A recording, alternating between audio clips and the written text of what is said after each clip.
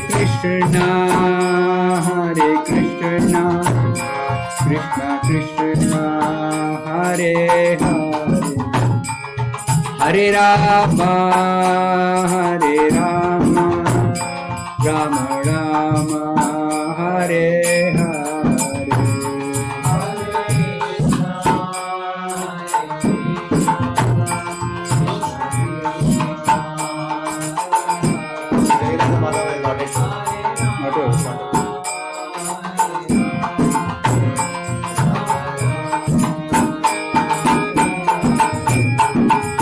Jaya Radha Madhava Kunja Vihari,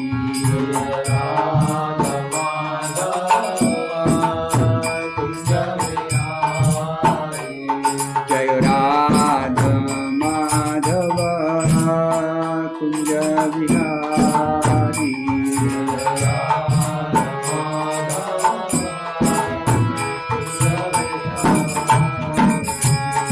Gopi Jana Vallabha Girivaradhari, Gopi Jana Vallabha Girivaradhari,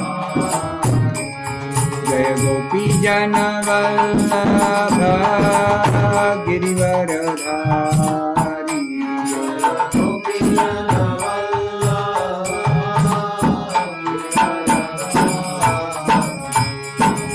Yashodanandana Braja Jana Ranjana,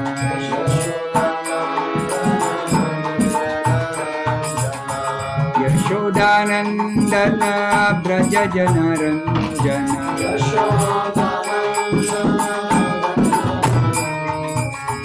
Yamuna Tira Vanachari,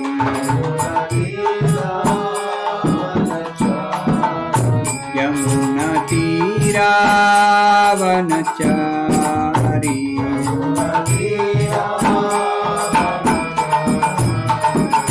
Jaya Radha Madhava Kunja Vihari,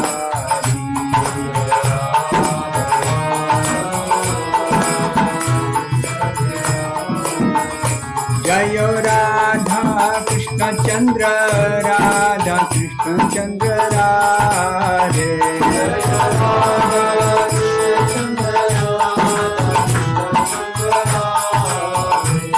Jaya Radhe, Jaya Radhe, Jaya Radhe, Jaya Shri Radhe,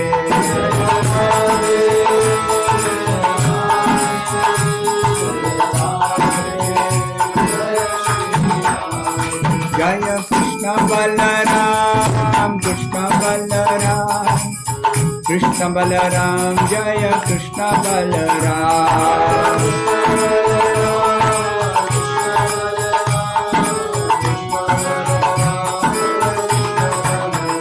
Jaya Nitai Gauranga, Jaya Nitai Gauranga, Jaya Nitai Gauranga, Jaya Nitai Gauranga,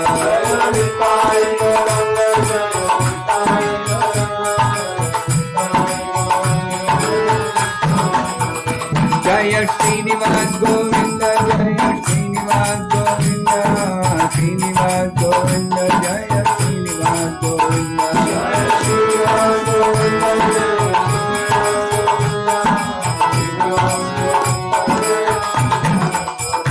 Jaya Prahlad Narsimha, Jaya Prahlad Narsimha, Jaya Prahlad Narsimha, Jaya Prahlad Narsimha,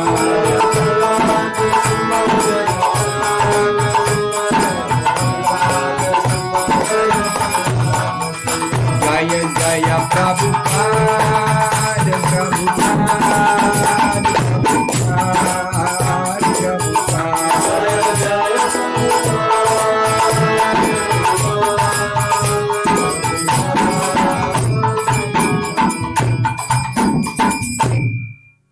Jaya Vishnupada Param Parivraj Kacharya Stoka Shri Srimad Divine Grace A.C. Bhaktivedanta Swami Prabhupada Ki Jai. ISKCON Samstapakacharya Savior of the whole world, Jagat Guru Srila Prabhupada Ki Jai. Srimad Bhagavatam ki jai. Nitai Gaur Premanande. Om Namo Bhagavate Vasudevaya. Om Namo Bhagavate Vasudevaya. Om Namo Bhagavate Vasudevaya. Narayanam Namaskritya Naram Chaiva Narottamam Devim Saraswatim Vyasam Tato Jayamudirayet. Nashtaprayeshu Bhadreshu Nityam Bhagavata Sevaya Bhagavatyuttama Shloke Bhaktir Bhavati Naishtiki. Reading from Srimad Bhagavatam.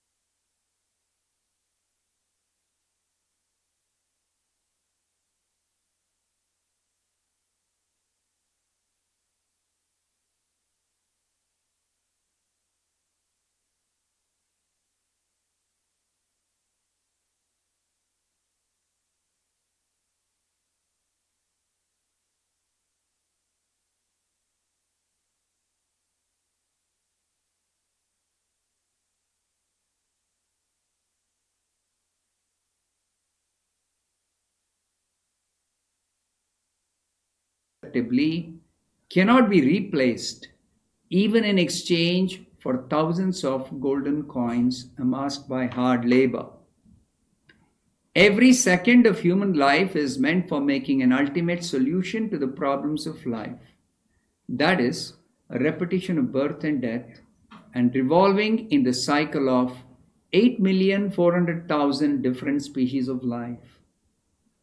The material body, which is subject to birth and death, diseases and old age, is the cause of all sufferings of the living being.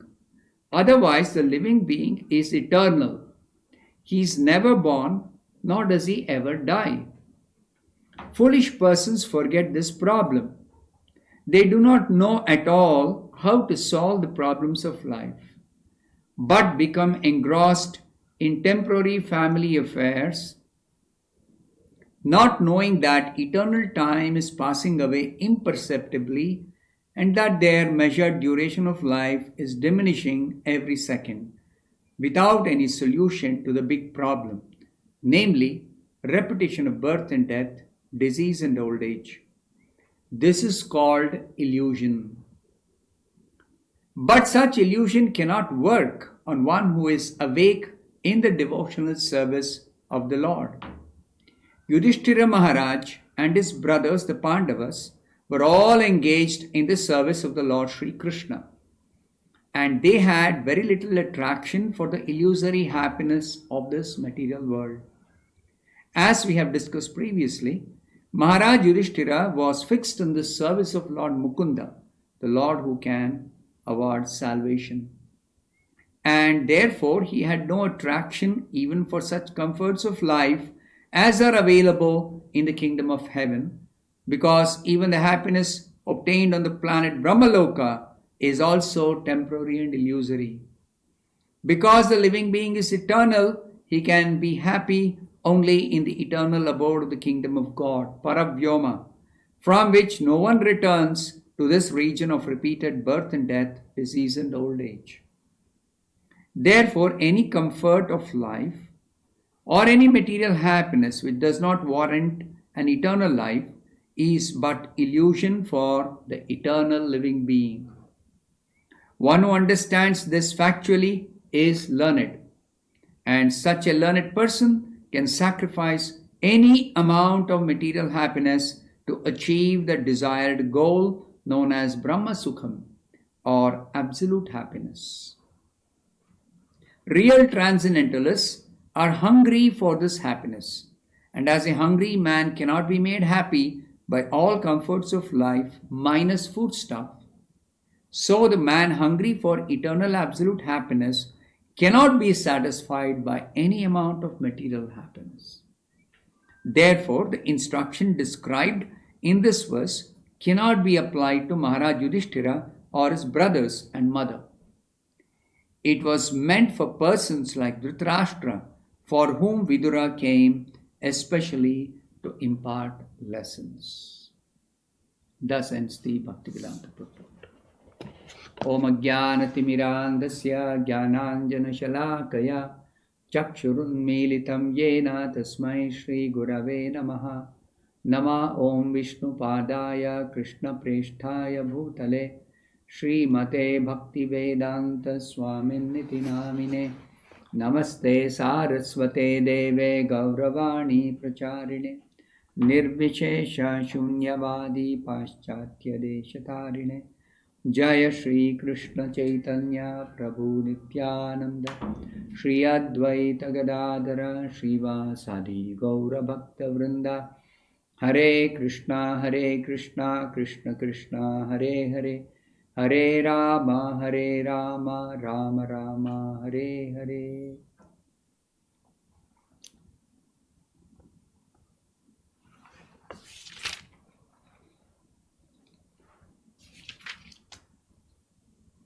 So this verse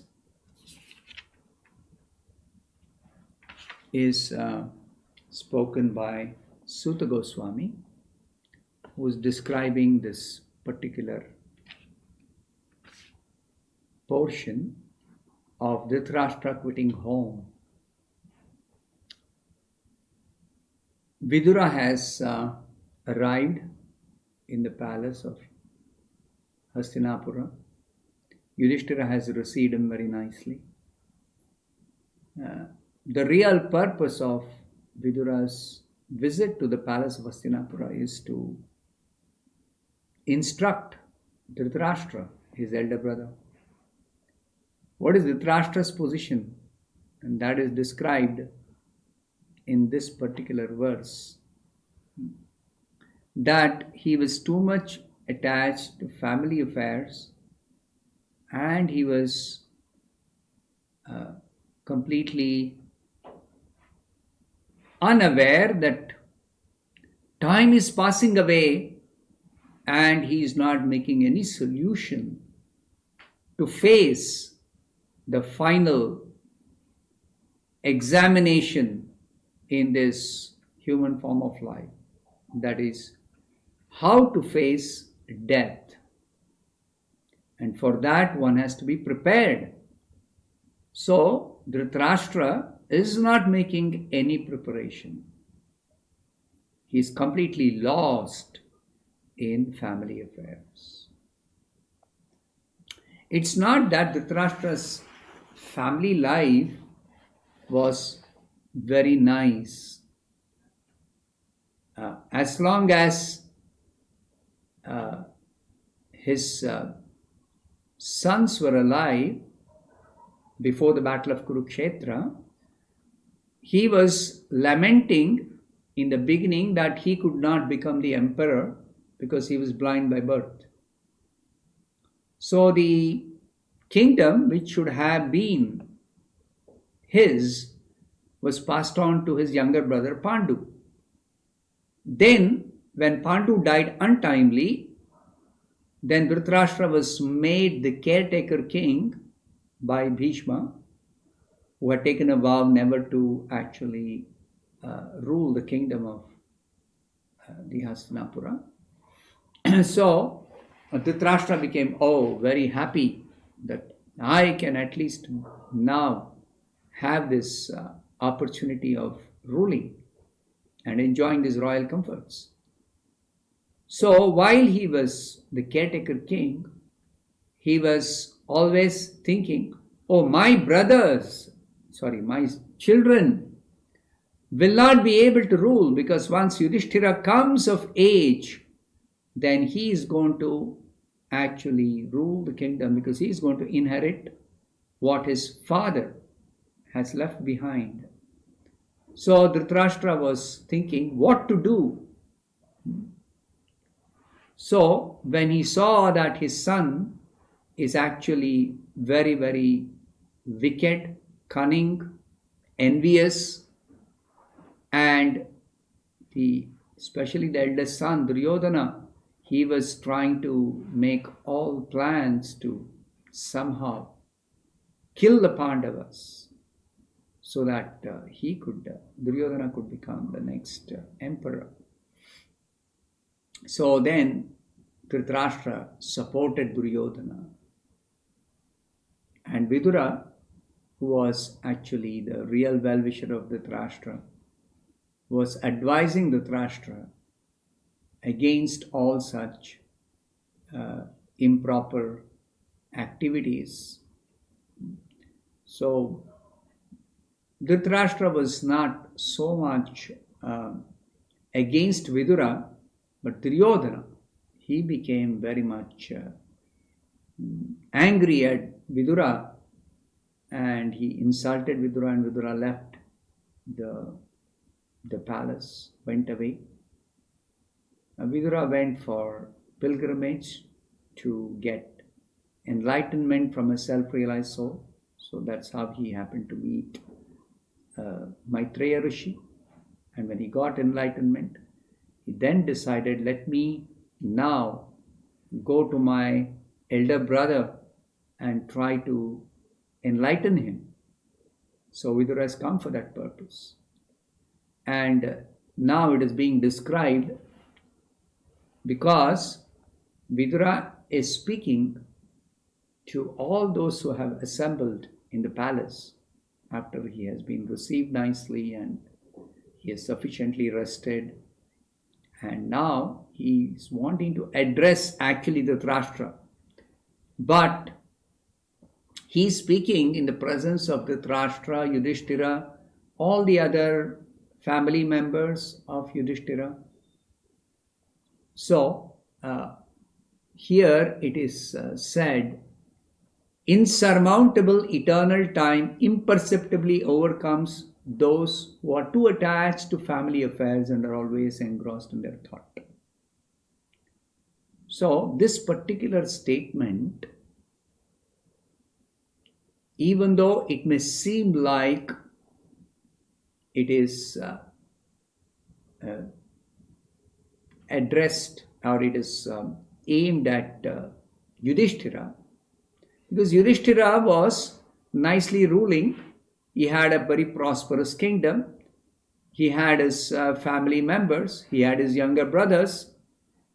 So it may seem like, oh, Yudhishthira was enjoying nicely and he was not very much alert in the matter of time passing away, being engrossed in family affairs.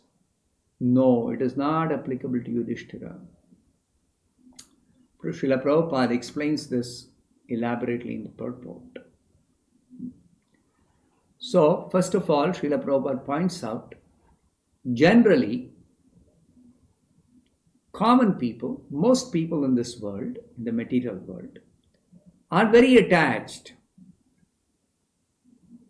Especially, people are attached to family life. Especially householders are very attached to family life. And their thoughts, how they think generally, especially if they have some money and they have a nice family, then their thoughts are like, I am now happy, I have everything in order, my bank balance is quite enough, because they do work in order to save money for the future.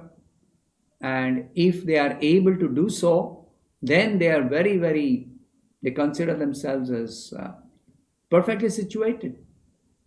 My bank balance is quite enough. I can now give my children enough estate. See, they have worked very hard for their own comfortable living. But then it doesn't end with that. It also continues because they are attached to their children. They know that they're going to die and they're going to leave behind whatever they have, wealth they have amassed or inherited. So they are thinking, oh, now I can give my children, because they're attached to the children. So they want to give their children. They don't want to simply leave behind something which they cannot take with them. So they want to make sure that it is properly left behind for their children to enjoy in future. So they think in this way, I can now give my children enough estate, and then I'm now successful. The conclusion of all this type of thinking is, I'm a successful person in this world. Whatever I have done, I have achieved success. On the contrary, they think that people who are spiritualists, who do not so much care for making arrangements for some food, clothing, shelter, etc. for the future, they think these spiritualists are foolish people. So therefore, they think the poor beggar sannyasis, those who simply go begging because they don't do any work in order to earn some money. So such beggars, they depend on God. Apparently they are depending on God, but actually they come to beg from householders like me. Though they say they depend on God, why do they go and beg from householders? This is their thinking. So Srila Prabhupada explains very nicely in another place in the Bhagavad Gita that the enlightened person in spiritual understanding actually is not dependent on anyone else for his basic needs other than God. The fact is that the Supreme Lord is the maintainer of everyone, including the so-called householders who are apparently engaged in some earning some money through honest means, through working diligently, working hard, working sincerely, and producing some real wealth. Now this type of thinking, maybe it is better than a person who is simply lazy and not doing any work and living off others like a parasite in the society. A lazy person who is simply not doing any work at all. So that is different. Certainly a person who earns his livelihood by honest means is better than a person who is lazy or who is not working properly, honestly, to earn his livelihood. But then the spiritualists, they don't work for earning their livelihood or their means of subsistence, because they are engaged in a more important activity, that is cultivating spiritual knowledge, cultivating spiritual life for the sake of becoming enlightened and also enlightening others who are forgetful of the prime necessity of this human form of life, that is spiritual cultivation. It is generally seen that people who become too much engrossed in earning their own livelihood, they don't limit their activities of earning livelihood to their bare minimum necessities. Invariably, people earn more and then they try to enjoy life, maybe in a pious way or whatever way.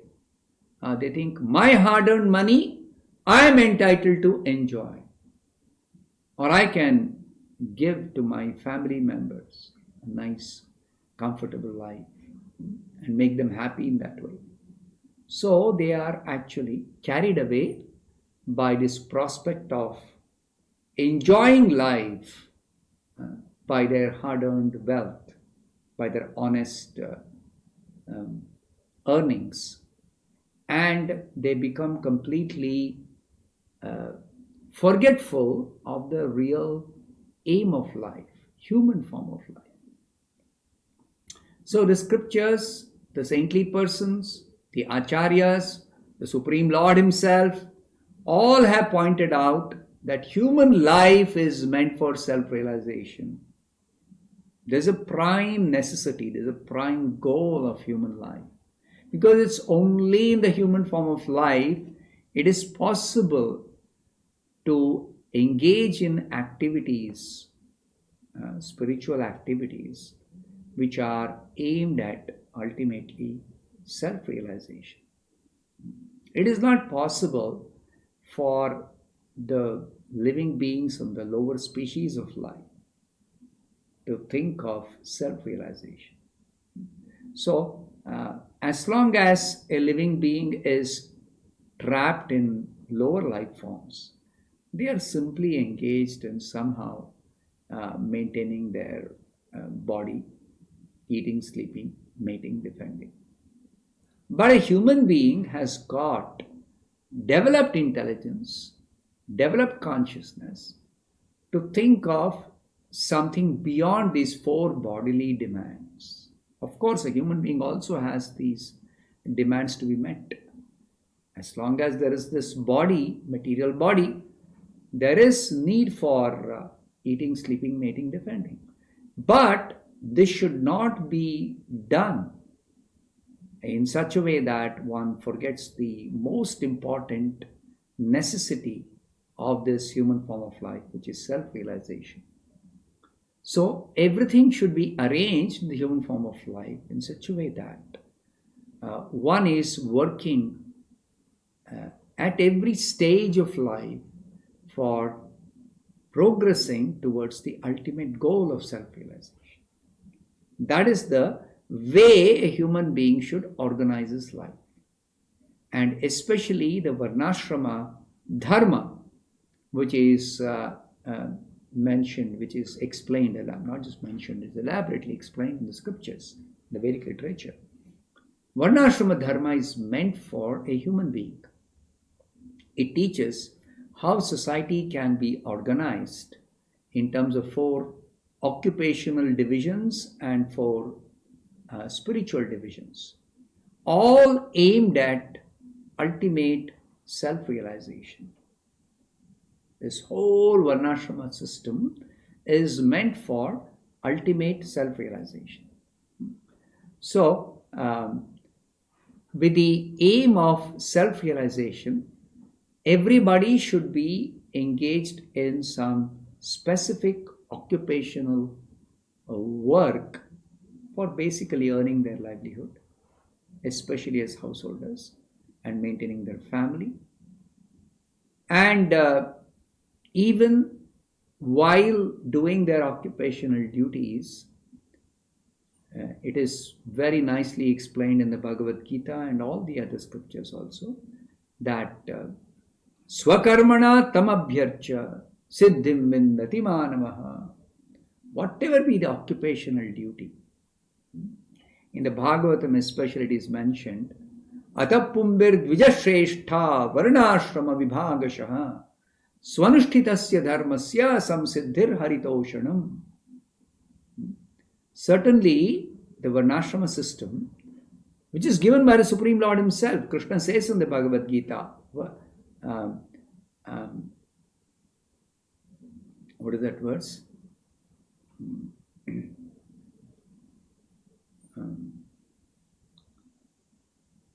that Chaturvarnyam maya srishtam guna karma vibhagashah. I was not immediately able to recollect. Krishna says, I have actually created these 4 divisions of varnas, occupational divisions in human society. Guna karma vibhagashah, according to their guna, their inclination to work, because everybody is got an acquired nature, and accordingly they are inclined to work in a particular way. So Krishna has made, given this varnashrama system, varna particularly mentions is for occupational duties. So these occupational duties are meant for, of course, maintaining oneself, maintaining one's family, but more importantly, there is something accompanying this varna division, that is ashrama division. Ashrama division aims at spiritual responsibility for the human being, a life of a spiritual responsibility. That means one has to simultaneously work for spiritual progress towards the ultimate goal of self-realization. And for that purpose, there is brahmacharya, grihastha, vanaprastha, sannyas. But what generally happens, even though some so-called brahmacharya is there nowadays, some studying or learning, but as soon as somebody enters householder life, they become engrossed in family affairs, as is being mentioned here. Those who are too much attached to family affairs and always engrossed in their thought regarding family maintenance and providing for family members and making them comfortable and making oneself comfortable in family life, and being too much attached to such family affairs. Such people forget the spiritual responsibility in the householder stage of life, and consequently they completely remain completely entangled in family life even after their retirement, even when old age comes, just like the Dhritarashtra. Even if a person somehow becomes too much absorbed in maintenance of family, that cannot continue according to the varnashrama system beyond, let us say, 50 years of age or after retirement. So after retirement, it should not continue. Therefore, in the varnashrama system, that following householder life, following grihastha, there is the vanaprastha ashrama and sannyas ashrama. That is, ultimately one has to retire and practice austerities for the sake of becoming detached from family comforts, from family affairs. But that is generally the thought process of a foolish person who doesn't understand this particular arrangement, is that the beggar sannyasis are depending on God apparently, but they are coming to beg from householders. So Srila Prabhupada explains, the enlightened transcendentalists or spiritualists, they go begging from door to door, not for the sake of getting some food or getting some necessities for their body. No. They go to wake up these householders, to alert them about their spiritual responsibility. In the name of begging, generally in the Vedic culture, it is a social custom that if a saintly person comes and knocks on the door of a householder would welcome such a saintly person, thinking that, oh, by the blessings of this saintly person, at least I can get some auspiciousness. I can get some good. I can get some benefit whatever be the benefit one may think of achieving. So that was the mood. So based on this type of culture in the society, a saintly person goes to beg, and the householders generally will give some bhiksha and think that, oh, now I have been able to give some bhiksha to a saintly person, so my householder life has become sanctified. That was the general thought process. But the real purpose of the saintly person or the sannyasi is to actually awaken the householder to his spiritual responsibility or duty.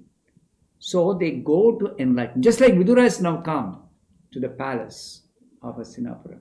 Not exactly for enjoying some nice palace comforts or some nice reception from his family members. No. He has come to enlighten Dhritarashtra, to wake up, to awaken Dhritarashtra, who has become forgetful of his real spiritual responsibility. So exactly the same way as Vidura has come with that purpose, same purpose, sannyasis or saintly persons go door to door to awaken and enlighten householders who may be forgetful, mostly are forgetful of their spiritual responsibility. So this thinking is not correct that these beggar sannyasis depend on householders. No, never. One of the important aspects of spiritual life is that a true spiritualist is fully independent of all other material dependencies. A true transcendentalist or spiritualist always depends on God. We can see in the life of great devotees how they were completely depending on Krishna. Even in Srila Prabhupada's own life, we can see. After he left his family, he never brought with him any of his savings or anything. And he was completely depending on Krishna and living a very, very simple life, especially in Vrindavan. Prabhupada was living a very austere life. Whatever he could get by very, very simple methods, most of his time was dedicated for engaging in following the order of his spiritual master to preach the message of Lord Chaitanya, especially in the Western countries. So Srila Prabhupada is always engrossed in that, not in trying to maintain himself by some other means. No. So truly transcendentalists who are properly situated in spiritual life, they are depending on Krishna. And they don't depend on householders. If at all any householder or any other person is giving a donation or giving a charity or giving some contribution to transcendentalists or spiritualists, it is so that their hard-earned wealth may be engaged in service of Krishna. So spiritualists or transcendentalists try to engage the contributions given by householders or given by others in Krishna's service for the benefit of the householders, spiritual benefit of the householders ultimately. So that understanding is lacking in society. Therefore, such people think either that they are same as God or they think I am even more than God. Because God apparently is not providing for these beggar sannyasis. On the other hand, I am providing, or householders like me are providing. So this is not correct understanding. So these are some of the thoughts, as Prabhupada says here, which engross the insanely attached householder. insanely attached means excessively attached, that he loses his um, understanding of what is household life meant for, who is actually maintaining the spiritualists, who's maintaining everyone, including himself. The householder is also dependent on Krishna. Just like we can see now, due to some infection spreading throughout the world, how every economic arrangement is completely, most of the economic arrangements are completely disturbed, completely upset. Not just disturbed, it's upset. It's become a big problem for most people. So ultimately, it is the mercy of the Supreme Lord that anybody is able to maintain themselves by whatever means they may adopt, including honest means. Whatever they may adopt, it is ultimately the Supreme Lord's mercy that everybody is dependent on.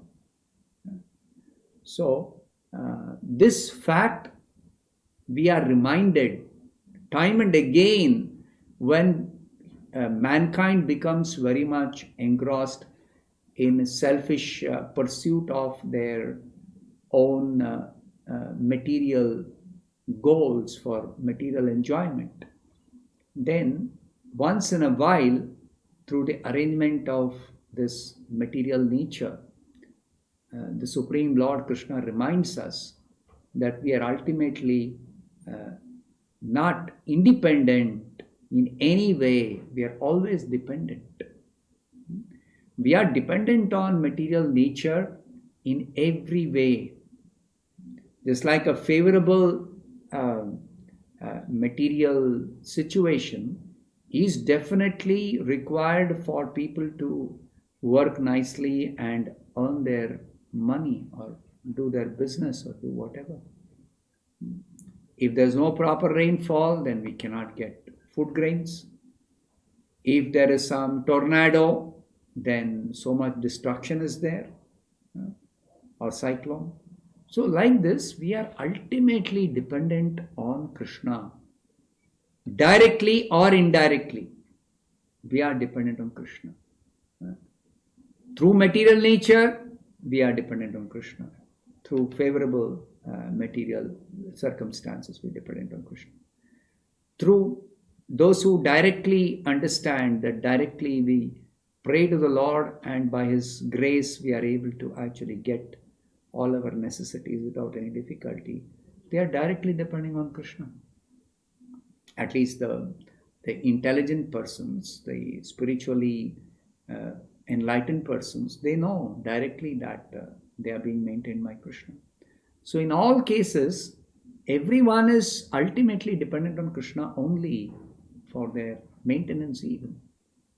So therefore, this understanding that I am independent or I am working hard and earning my honest livelihood is completely wrong.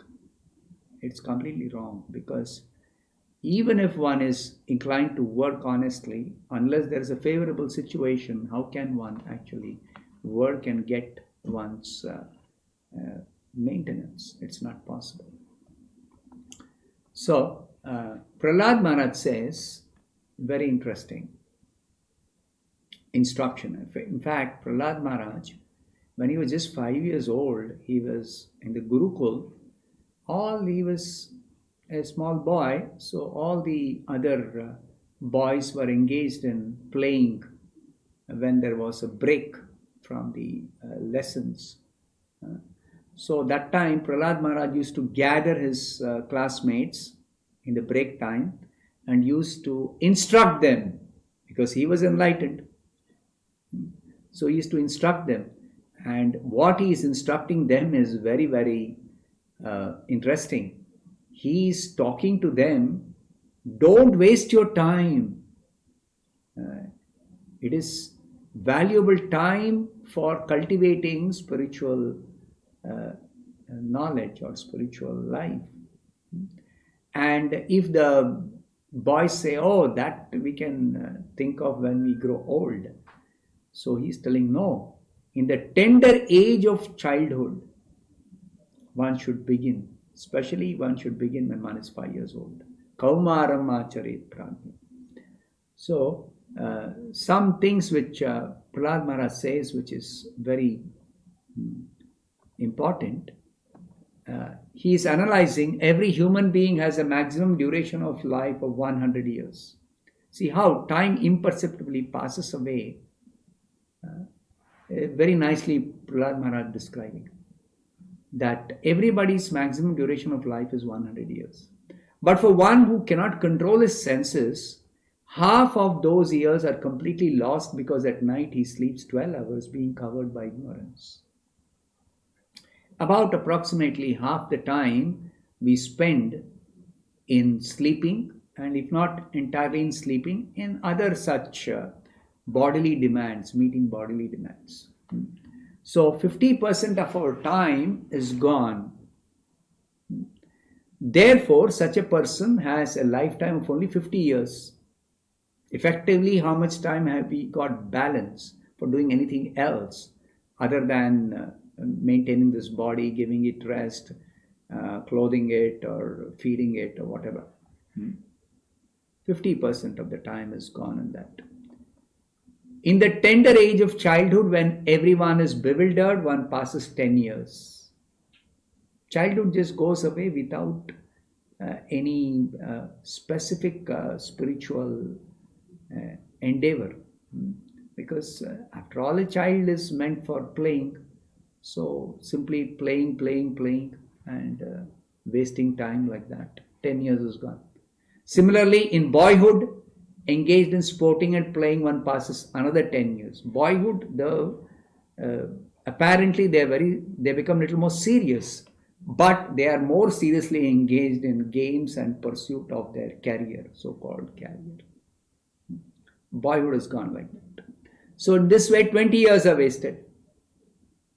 And in old age, when one is an invalid, unable to perform even material activities, one passes another 20 years wastefully. Old age, especially after one is very, very old, not able to sleep properly, not able to digest the food properly. So many other complaints may be there, joint pain or some other anxiety or some other worry, so many things. Neither the body nor mind is in proper stable condition in extreme old age. So another 20 years are gone that way, wastefully. Then, what person too attached to household life due to being unable to control his senses can liberate himself? The remaining time in between boyhood and old age, the youth, during the middle age, when one's body is stout and strong, one thinks, I have to work hard and earn money and enjoy life. So, in this way, one generally is unable to control his senses. So in that way, remaining time also just passes away imperceptibly. Prahlad Maharaj says, an attached householder is bound very strongly by ropes of affection for his family members, especially his wife, children, and other relatives. In family life especially, it is true what Prahlad Maharaj is telling. Money is so dear that one conceives of money as being sweeter than honey. Therefore, who can give up the desire to accumulate money, especially in household life? Householders are very, very, very, very busy earning money.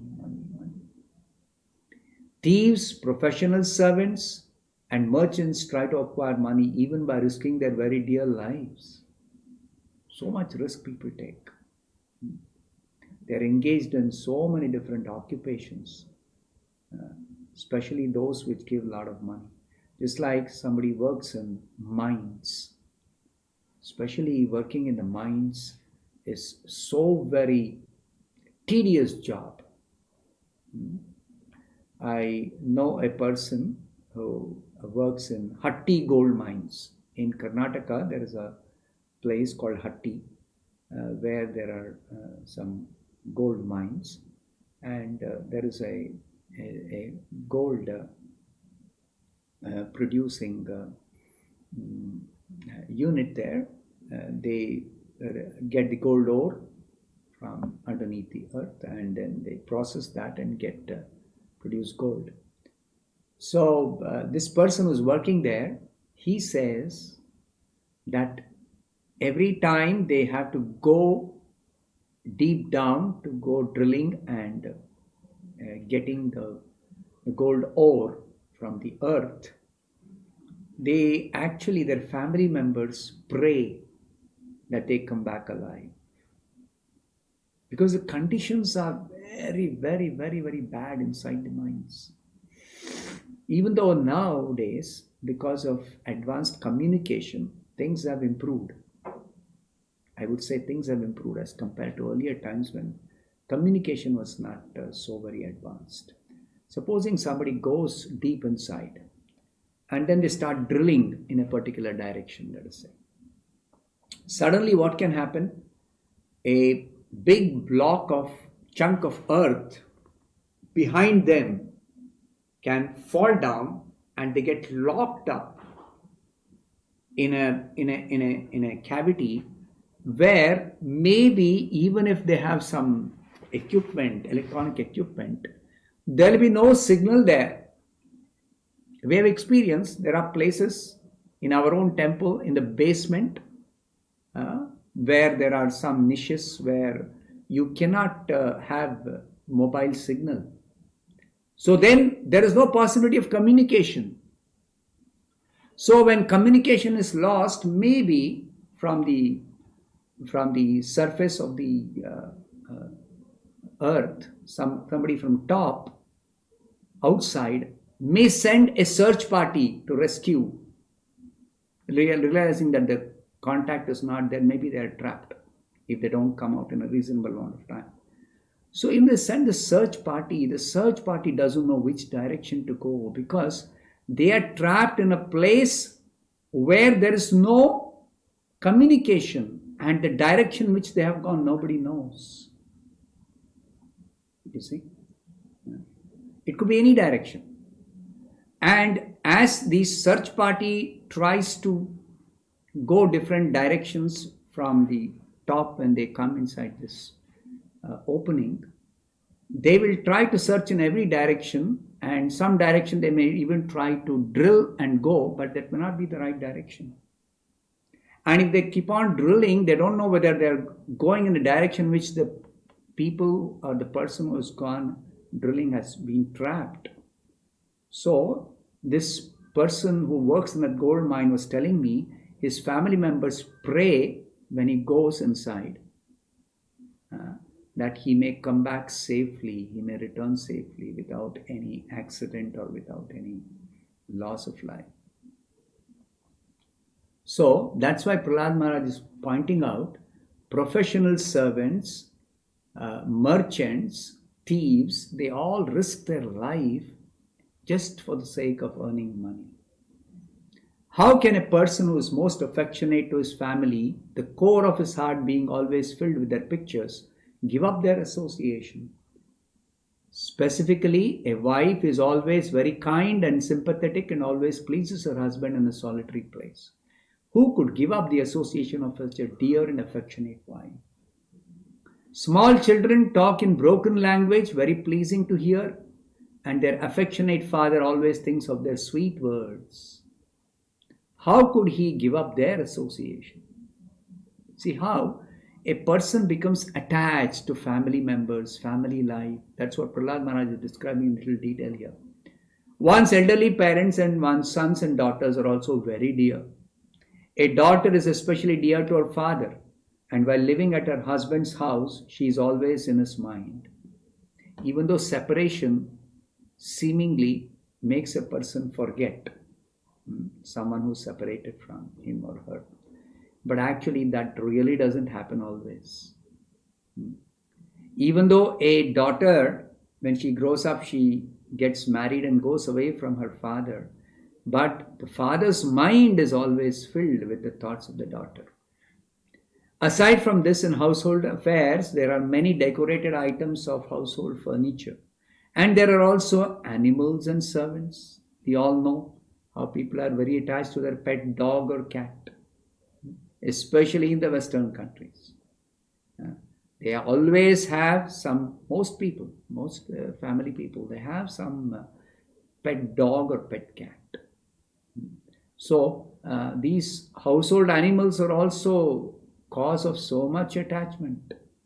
And then servants, sometimes people have very faithful servants.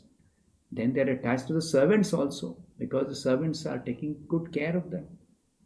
So who could give up such comforts? The attached householder is like a silkworm which weaves a cocoon in which it becomes imprisoned, unable to get out. So they are organizing, a householder organizes family life so that he can be comfortably situated. But what is happening, because of arranging for all such comforts, one gets completely trapped, that I cannot live without all these comforts or all these arrangements. So instead of quitting household life at the time of retirement for pursuing spiritual life exclusively, one becomes completely entrapped in such comforts, material comforts, household comforts. And Prahlad Maharaj particularly points out, among all the senses, generally a householder is attached to satisfying his senses. But among all the senses, simply for the satisfaction of two important senses, the genitals and the tongue, one is bound by material conditions. How can one escape? So this household life is very, very, very, very, very risky if one doesn't follow the scriptural injunctions for how a householder should actually be responsible spiritually also. That's why in the Bhagavatam it is explained there are two conceptions of householder life.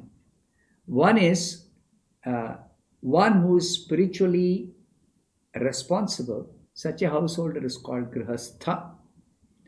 And one who is spiritually blind, such a householder is called a Grihamedhi. A Grihamedhi simply is completely engrossed, just like Dhritarashtra, in household comforts, attached to household family members, and always remaining in such family life. Even after retirement, stay with children, grandchildren, great-grandchildren, organize their household life, their family life, their comforts, their security, their arrangements for them, like that. So,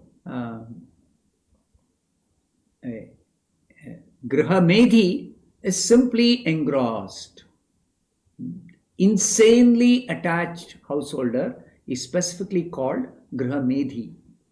A Grihastha, on the other hand, he also works, maintains his family, but he is always alert in discharging his spiritual duties. That means he never neglects to actually worship the Lord, to do some devotional service, along with his other family, household, professional responsibilities.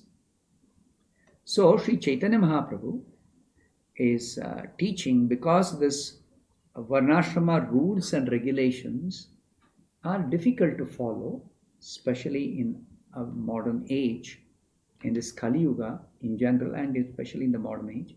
So Chaitanya Mahaprabhu has simplified for us the essence of the teachings of Varnashrama Dharma. Varnashrama Dharma aims at actually Vishnu. There is a verse in the Vishnu Purana which Chaitanya Mahaprabhu teaches us. Varnashrama charavata purushena parapuman Vishnur aradhyate pantha nanyat tosha karanam. The ultimate aim of this entire Varnashrama Dharma is to please Vishnu by properly engaging suitably engaging in worshipping Vishnu at all stages of one's life. So Chaitanya Mahaprabhu teaches that the most practical way of pleasing Vishnu and engaging in his worship in this Kali Yuga is to chant and hear his holy name. So every person in Kali Yuga should engage responsibly in the spiritual duty of pleasing Vishnu by worshipping him as recommended in the Varnashrama Dharma system, by actually engaging in chanting and hearing the Hare Krishna mantra. This is what Chaitanya Mahaprabhu teaches. Now, in addition to chanting and hearing Hare Krishna mantra, because our tendency is that any one activity we cannot do for too long. Our mind is very restless. So there is variety of activities centered around worshipping or serving Vishnu, centered around devotion, service to Vishnu or Krishna. There are so many other activities. So Chaitanya Mahaprabhu has instructed us through Srila Rupa Goswami in what is called as the practice of sadhana bhakti. Sadhana bhakti means we practice bhakti according to some rules and regulations. The first important regulation or rule is to chant and hear a fixed number of times Hare Krishna mantra japa.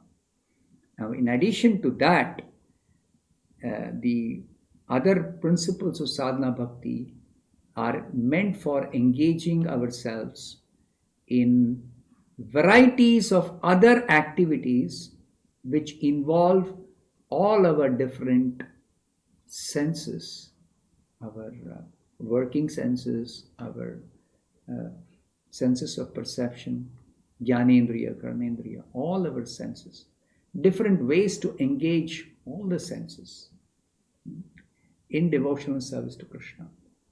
So just like hearing Srimad Bhagavatam. Now Srimad Bhagavatam has got so many nice pastimes of the Lord. So this is a variety of engagement in the same devotional service of Krishna. Same devotional service. Hearing the glories of the Supreme Lord as described in Bhagavatam. Then worshipping through the Archana process, performing Arati, especially offering food stuff to the Supreme Lord. So these type of activities, varieties of activities are also recommended. They not only are helpful for engaging ourselves effectively for a good length of time in spiritual activities, but also engaging our different senses so that the senses are not neglected. Simply by denying senses some sense enjoyment or material activity is not enough. That is what Krishna teaches in the Bhagavad Gita. Rasavarjam rasopyasya. Simply by denying the senses, one is not able to control the senses. But by engaging, param drishtva nivartate, by engaging the senses in some superior activity. What is that superior activity? That is devotional service. So by engaging the senses in devotional service, one is able to control the senses. Not simply denying the senses, material enjoyment, but also engaging them positively in devotional service. So what are the engagements? So those engagements are described in the principles, 64 principles of sadhana bhakti, described in the Bhakti Rasamrita Sindhu by Srila Rupa Goswami. So Srila Prabhupada has taught us our mode of living as a full-time missionary in the temple, especially temple devotees. All our engagements throughout the day, all our different activities are based on these 64 principles. So even householders who may not be staying in the temple, they also can engage in as many of those 64 activities as possible to engage themselves properly in devotional service, engage all the senses in devotional service, in addition to doing their material duties of earning for their family, maintaining the family, etc. In addition to that, one has to be a responsible householder. And such a responsible householder is called a grihastha. He is a proper householder who has not neglected his spiritual responsibility or duty. Okay, I'll stop here. Srimad Bhagavatam ki jai.